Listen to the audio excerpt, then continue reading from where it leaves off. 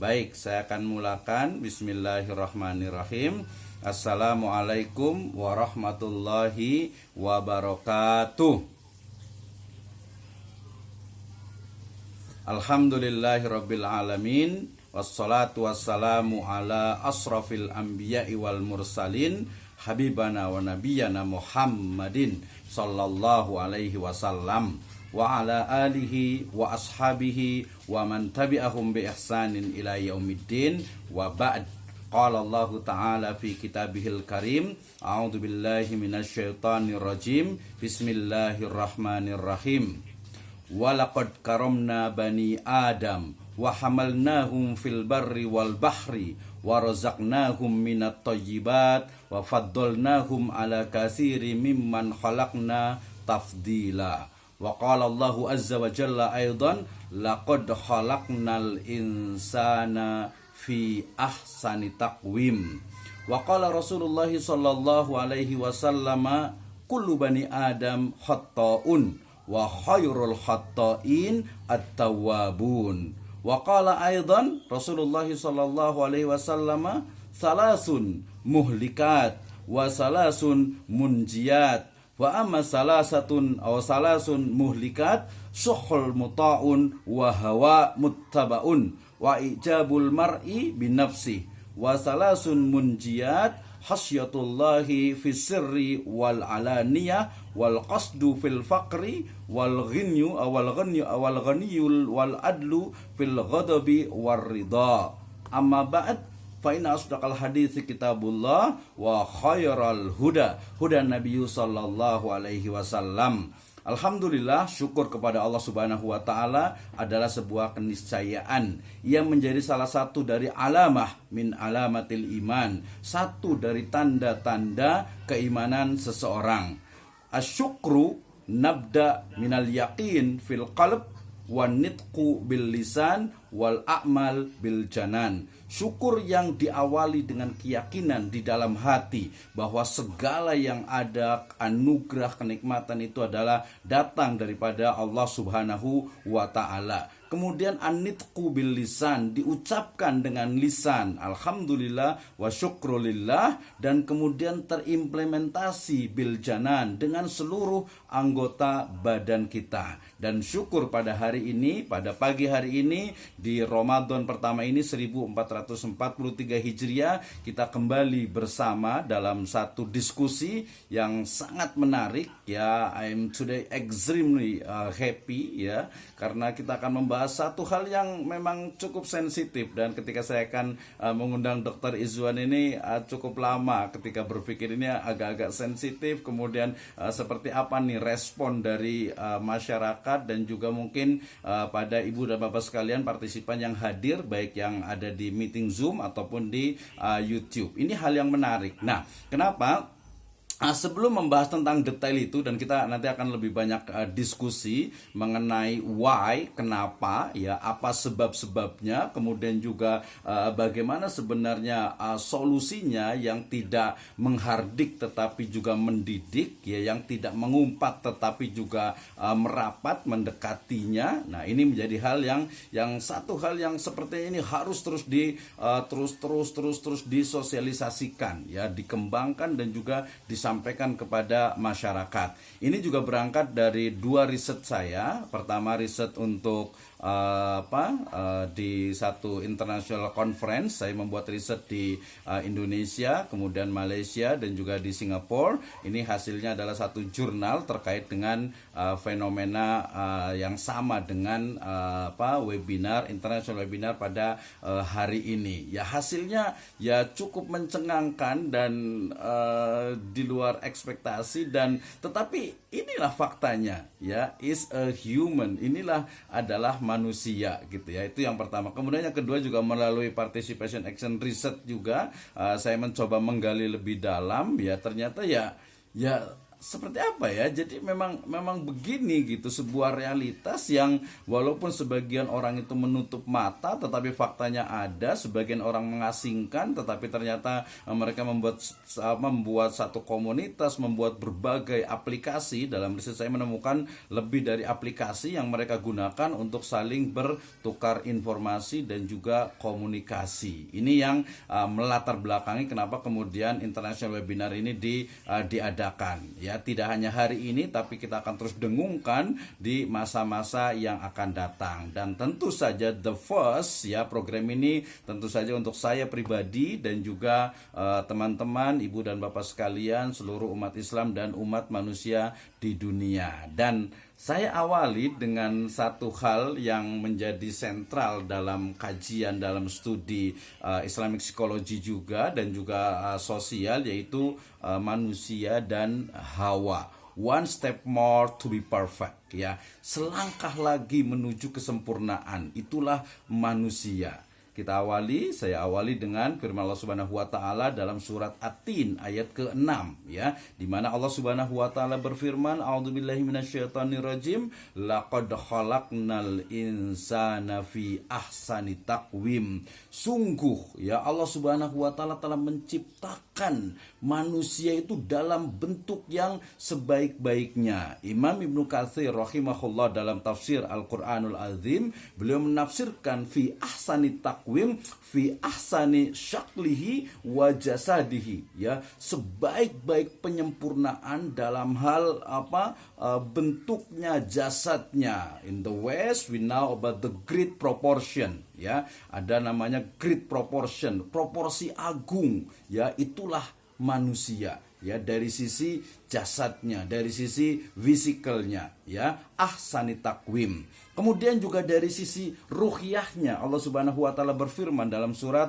Al-Isra ayat ke-70, a'udzubillahi minasyaitonirrajim, walaqad karomna bani adam wa hamalnahum fil barri wal bahri wa razaqnahum minat thayyibat wa faddalnahum ala katsirin mimman khalaqna tafdila. Di sini keywordnya adalah karomna bani Adam. Allah Subhanahu wa taala telah memuliakan anak-anak Adam, anak cucu Adam itu dimuliakan dan diberikan karunia, kelebihan, kesempurnaan atas kebanyakan atau dari sekian banyak makhluknya, sehingga satu riwayat mengatakan manusia itu bisa jadi lebih mulia dari malaikat. Ya, tetapi ketika dia berbuat nista, mengikuti hawa, dia akan menjadi lebih rendah dari syaitan dan bala tentaranya, serta iblis dan bala tentaranya. Kemudian kita juga diingatkan tentang bagaimana kesempurnaan manusia itu ternyata tadi one step more to be perfect, ya, selangkah lagi menuju sebuah kesempurnaan. Tetapi sayangnya tadi kesempurnaan itu kemudian dibatasi oleh juga wahyu dari As-Shadiqul Masduq, ya, Rasulullah SAW sebagai orang yang selalu benar dan dibenarkan. Kama qala Allah azza wa jalla, wa ma yantiqu 'anil hawa in huwa illa wahyu yuha. Jadi manusia yang sempurna itu ternyata dibatasi dengan sabda Nabi SAW, kullu bani Adam khata'un wa khairul khata'in at-tawwabun, ya, bahwa semua anak Adam, semua manusia itu dia pernah pasti berbuat salah, ya, wa khairul khata'in at-tawwabun, sebaik-baik orang yang berbuat kesalahan itu adalah yang tawab, yang segera bertaubat. Rawahu Tirmizi. Wa aidon, ya, demikian juga karena manusia itu dia sempurna. Kesempurnanya itu adalah adanya jasad, ada fisik, ada fisikal, ada juga ruh, ada nafas, ada jiwa, ya, ada hawa di sana. Ini yang membedakan, sehingga kalau salah satu dari salasun muhlikat diantaranya adalah hawaun muttabaun atau hawa muttabaun, ya, hawa nafsu yang diikuti. Sehingga kemudian kita akan melihat bagaimana sejatinya hakikat dari manusia, Ya, kita awali bagaimana perjalanan manusia ini, kemudian nanti kita akan memotret bagaimana realitas yang ada saat ini terkait dengan subjek atau topik internasional webinar pada hari ini. Kita awali tadi dengan firman Allah Subhanahu wa taala dalam surat At-Tin ayat keempat, ya, bahwasanya manusia itu adalah makhluk mulia. Demikian juga di Al-Baqarah ayat 35, bahwasanya manusia itu sejatinya adalah para penghuni surga. Ya, kita adalah ahlul jannah awalnya, ya. Tetapi kemudian ya, ia tergoda oleh iblis dan bala tentaranya. Nanti kita lihat di surat Al-A'raf ayat ke-60 atau ayat ke-16. Dan manusia dia kemudian menjadi sengsara di dunia, ya, karena adanya godaan secara internal ataupun eksternal. Ditambah lagi dengan hawa, ya, yang kemudian menjadikan manusia itu terkadang menjadikannya sebagai rob, sebagai Tuhan, ya, hawanya itu. Ya, demikian juga tidak kalah ini adalah dari gangguan dari tadi iblis dan bala tentaranya di Al-A'raf ayat 25 dan juga Al-An'am 119. Nah, bagaimana agar manusia yang awalnya adalah penduduk surga dengan fitrahnya kemudian bisa menjadi mulia, kita bisa lihat dalam surat Al-Bayyinah ayat ke-7. Dan ujungnya nanti kita harapkan semuanya kita akan kembali ke fitrahnya seperti dalam surat Ar-Rum ayat ke-30. Kita awali dengan makhluk mulia yang bernama manusia. Dikatakan dalam surat Al-Baqarah ayat ke-35, A'udzubillahi minasyaitonirrajim. Wa qulna ya adamuskun anta wa zaujukal jannah wa kula minha ragadan haitsu syi'tuma. Dan kami berfirman, wahai Adam, diamilah oleh kamu dan istrimu surga ini, dan makanlah makanan yang banyak, lagi baik di mana saja kamu sukai. Ya, ayat ini berbicara tentang bagaimana Adam dan Hawa, ya, adalah satu atau dikatakan makhluk pertama, manusia pertama yang tempatnya adalah di surga. Dan penciptaan Adam, ya, dan juga manusia secara umumnya itu adalah tadi dikatakan fi ahsani taqwim, ya, sebaik-baik manusia, sehingga dari sisi fisikalnya, dari sisi fisiknya, jasadnya, manusia itu sempurna. Dengan hanya kaki dua tetapi dia bisa melihat, ya, dengan kaki dua itu dia bisa berjalan dengan tegak. Ya, dengan hanya mata yang ada di depan dua dia bisa melihat bukan hanya sesuatu yang nampak, tetapi dengan ilmu pengetahuannya dia bisa melihat yang lebih kecil dan juga lebih besar di angkasa raya. Inilah kemuliaan dari manusia. Tetapi kemudian dikatakan dalam surat Al-A'raf ayat ke-16 dan 17, Allah Subhanahu wa taala berfirman, A'udzubillahi minasyaitonirrajim. Qala fabima aghwaytani la aq'udanna lahum siratakal mustaqim thumma la'atiyannahum min baini aydihim wa min khalfihim wa an aymanihim wa an syama'ilihim wa la tajidu aktsaruhum syakirin. Iblis menjawab, karena engkau wahai Allah Subhanahu wa taala telah menghukum, ya, iblis menjadi sesat, maka iblis itu akan benar-benar menghalang-halangi mereka dari jalan Allah Subhanahu wa taala yang lurus. Kemudian iblis itu akan mendatangi mereka dari muka mereka, dari depan mereka, dari belakang mereka, dari kanan mereka, dari kiri mereka. Wala tajidu aksarohum syakirin, ya. Dikatakan tidak akan mendapati kebanyakan mereka itu bersyukur atau taat. Nah, ini banyak sekali riwayat yang menjelaskan ini, termasuk juga tafsirnya. Salah satunya juga dari Imam Jalaluddin As-Suyuti dalam Jalalain, dalam tafsir Al-Jalalain. Beliau menyatakan bahwa ketika iblis itu diklaim atau dicap sesat oleh Allah Subhanahu wa taala karena melanggar perintahnya, kemudian iblis itu kemudian dia berjanji untuk menggoda manusia. ya, menggoda dari mulai depan hadapan mereka. Sebagian mufasir mencatat bahwa di hadapan mereka atau menggoda iblis, menggoda manusia dari depan mereka itu adalah mereka memberikan rasa was-was akan masa depan, memberikan was-was akan sesuatu yang akan terjadi. Ya, kemudian wamin khalfihim, dari belakang mereka. Nah, ini juga memiliki satu korelasi yang sangat kuat gitu ya, bahwa iblis itu menggoda manusia dengan sejarah-sejarah atau dengan kejadian-kejadian masa lalu yang kemudian terekam di otaknya sehingga kemudian menjadi satu memori yang unforgettable, ya, yang tidak dilupakan. Nah, ini korelasinya nih, wamin khalfihim, ya, dari belakang mereka. Wow, iblis itu mencoba membangkitkan, ya, kalau bahasa anak mudanya itu CLBK gitu ya, cinta lama bersemi kembali gitu ya. Kenapa? Karena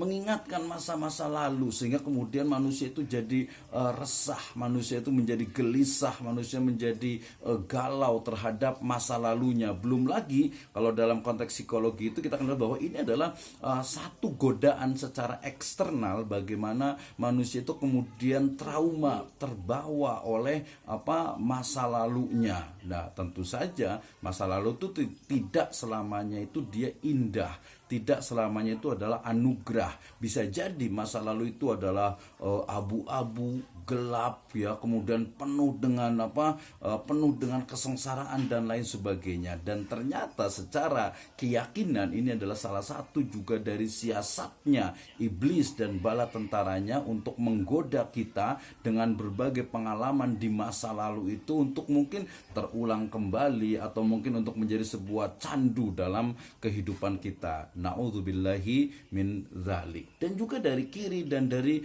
kanan mereka, sehingga karena dari depan, dari belakang, dari kiri, dari kanan gitu ya. Kemudian sehingga banyakan, ya, aksaruhum syakirin, ya, wala tajidu aksaruhum syakirin. Jadi tidak banyak dari manusia itu bersyukur, tidak banyak dari manusia itu taat kepada Robnya. Hadirin berbahagia, seluruh partisipan, ibu dan bapak sekalian. Dan ternyata yang tadi sebagai ahlul jannah, manusia itu sebenarnya seluruh kebutuhannya itu, seluruh keperluannya itu sudah terpenuhi di jannah, ya. Tetapi kemudian karena melanggar satu perintah Allah Ar-Rahman, maka kemudian qala fiha tahyauna wa fiha tamutuna wa minha tukhrajun. Allah Subhanahu wa taala berfirman, di bumi ini, ya, kalian itu hidup, kalian itu meninggal, dan dari bumi ini pula kalian akan dibangkitkan, ya, ma'isyatan, ya, sebagai tempat untuk menutupi, tempat untuk memenuhi kebutuhan keperluan hidupnya. Kalau di surga tidak perlu bekerja, kalau di surga tidak perlu susah payah mencari kehidupan, mencari makanan, mencari minuman, karena semuanya sudah disediakan. Tetapi di dunia kita harus bekerja, kita harus mencari nafkah, kita harus bagaimana mendapatkan uang, harta, termasuk juga mendapatkan bagaimana apa yang kita cita-citakan. Jadi sengsara sebenarnya kita ini. Nah, bagaimana agar kita itu bisa kembali kepadanya? Nah, tentu saja, ya, keywordnya di sini adalah firman Allah Subhanahu wa taala dalam surat Al-Bayyinah ayat ke-7, ya, dikatakan a'udzubillahi minasyaitonirrajim, innalladzina amanu wa 'amilus shalihat ulaika hum khairul bariyah. Ya, sesungguhnya orang-orang yang beriman dan dia itu mengerjakan amal soleh, maka mereka itulah sebaik-baik khairul bariyah, sebaik-baik makhluk. Nanti dikatakan juga walladzina amanu walam yalbisu imanahum bidzulmin ulaika lahumul amnu wahum muhtadun.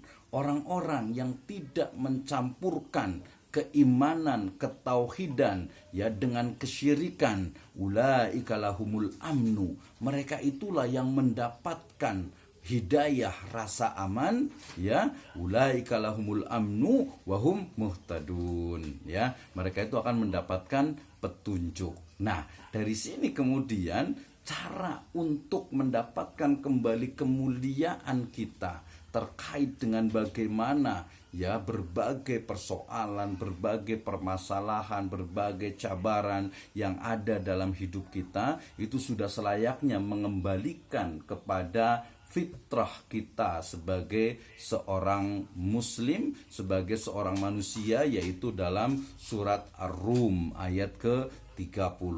Allah Subhanahu wa taala berfirman, wa aqim wajhaka lid-dini hanifa fitratallahi allati fataran nasa 'alaiha la tabdila li khalqillah dzalikad dinul qayyim walakinna aktsarun nasi la ya'lamun. Maka hadapkanlah wajahmu dengan lurus kepada din, kepada agama Islam sesuai dengan fitrah Allah, disebabkan dia telah menciptakan manusia menurut fitrah itu. Tidak ada perubahan, la tabdila li khalqillah, tidak ada perubahan pada ciptaan Allah. Itulah din, agama yang lurus. Tetapi pada umumnya aksarohum, kebanyakan dari mereka, aksarun nas, tidak mengetahuinya. Dan inilah yang kemudian menjadi satu kajian kita terkait dengan how to be perfect Muslim. Bagaimana menjadi seorang Muslim, bagaimana menjadi seorang manusia yang perfect. Walaupun tadi dikatakan one step more, tidak mungkin ke perfect itu, tinggal selangkah lagi sebenarnya, gitu ya, tinggal selangkah lagi sebenarnya. Tapi kemudian ternyata kenapa nih, gitu ya, kenapa kok tidak bisa? Maka kita pahami, Oke, kita lanjut. Baik. The perfect Muslim tadi ketika bicara tentang ternyata manusia itu sebenarnya mulia, manusia itu sebenarnya sempurna, tetapi kemudian ada batasan-batasannya, dan diawali dengan kita mengetahui min aina nahnu, dari mana kita sebenarnya. Ini jelas dikatakan di surat Al-Hujurat ayat ke-13. Demikian juga di surat Al-Insan. A'udzubillahi minasyaitonirrajim. Inna khalaqnal insana min nutfatin amsyajin nabtali faja'alnahu sami'an basira. Jadi ada dua sumber dari manusia itu. Pertama dari sisi fisikalnya, dari sisi jasadnya. Yang kedua dari sisi ruhnya. Wa nafakhna fihi mir ruhina. Ada kata-kata, ada ruh dan juga ada jasad. Ini mesti kita pahami. Demikian juga ketika kita sudah ada di dunia ini, untuk apa? Maka terjawab dalam surat Al-Zariyat ayat ke-56. Wa ma khalaqtul jinna wal insa illa liya'budun. Dan tidaklah diciptakan jin dan manusia itu kecuali untuk apa? Beribadah kepada Allah Subhanahu wa taala. Dan kita pahami ibadah itu adalah ismun jami'un likulli ma yuhibbuhullahu wa yardahu minal af'ali wa aqwali zahiran wa batinan. Seluruh aktivitas yang diridhoi dan dicintai oleh Allah Subhanahu wa taala itu adalah ibadah. Nah, kemudian akan kemana kita? Tentu saja alladzina idza asabathum musibatun qalu inna lillahi wa inna ilaihi rojiun. Kita akan kembali ilaihi, kepadanya kita akan kembali. Nah, ini menarik juga ketika bicara tentang ma min muslimin tusibahu musibatan fayaqulu ma amarahullahu bih an au inna lillahi wa inna ilaihi rojiun. Allahumma akhrujni fi musibah